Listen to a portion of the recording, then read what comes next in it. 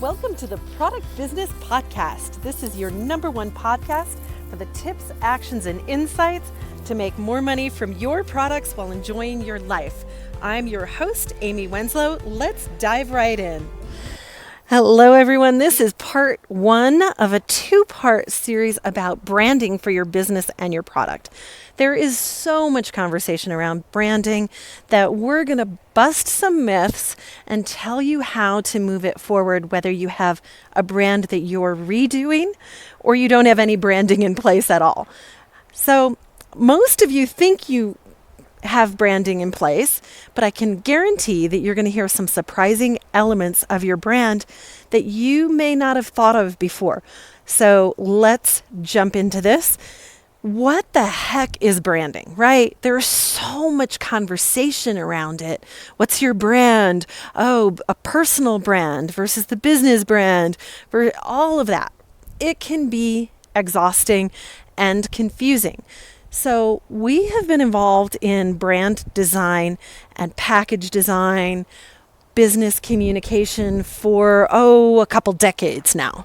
And my company, Products to Profits, started as a service agency where we did the work for people.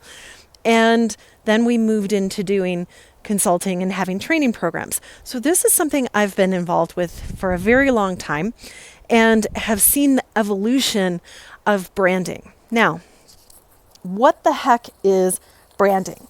Branding is the activity of designing the ethos or the feeling of your business or your product or both. So branding is this intentional action of designing an experience of your business. Now, there are different brands that I'm sure we can all come up with. So let's take the brand of Starbucks. Starbucks, the green in their logo has significance. It's about growth, organics, health, vitality. Green is a very strong color for those. The brand itself, the logo of the brand, has actually morphed over the years, and many people didn't notice it as it was happening. But if you look, the rings that were originally around the outside, they're gone. Now we've got just the maidenhead, masthead type figure in the center, and she's gone through a streamlining and a modernization. So the visual element of the Starbucks brand has changed. Now, part of the other pieces of branding, we've all experienced it in a Starbucks, and you may not even know that it's part of the branding, but it is part of the experience for sure. So it is part of the brand. I had the privilege and honor of studying under Eric Flamholtz at UCLA last fall. And Eric is a brilliant business strategist who has done a little bit of work with, that little company, Starbucks, when they wanted to grow from hardly on the map to doing $1 billion, and they wanted to do it in 3 years. And Eric is the one who did the organizational structure with them.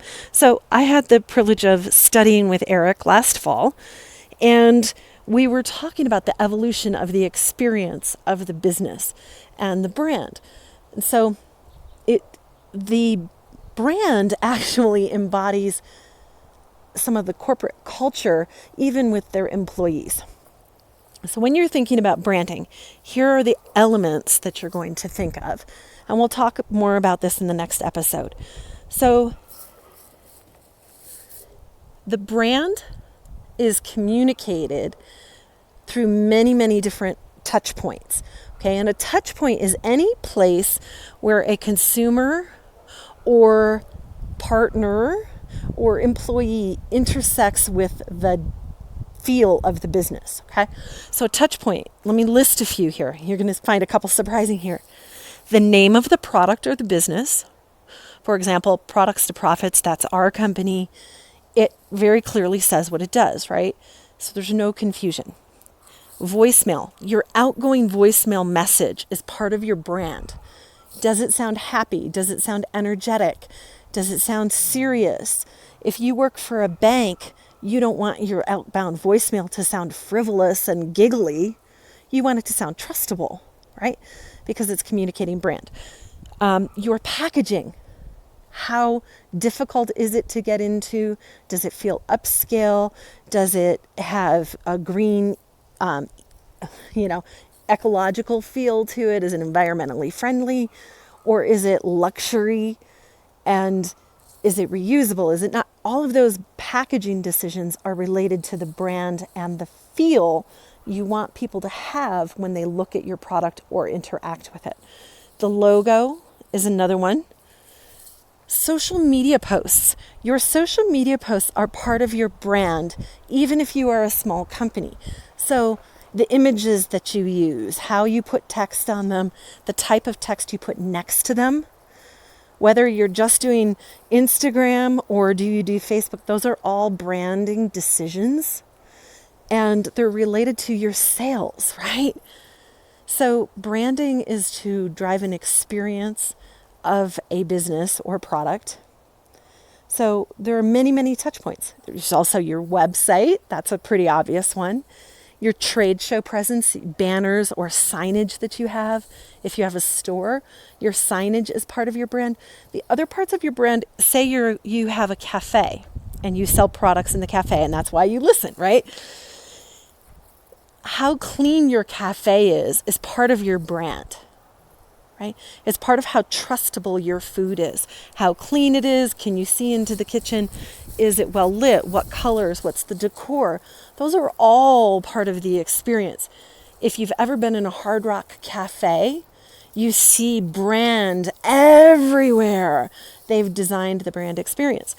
And I had the extreme pleasure of meeting someone who does the Universal theme parks stores. They're working on the one for the Jurassic Park ride right now. And we were discussing the branding and the feel that the store is being developed for.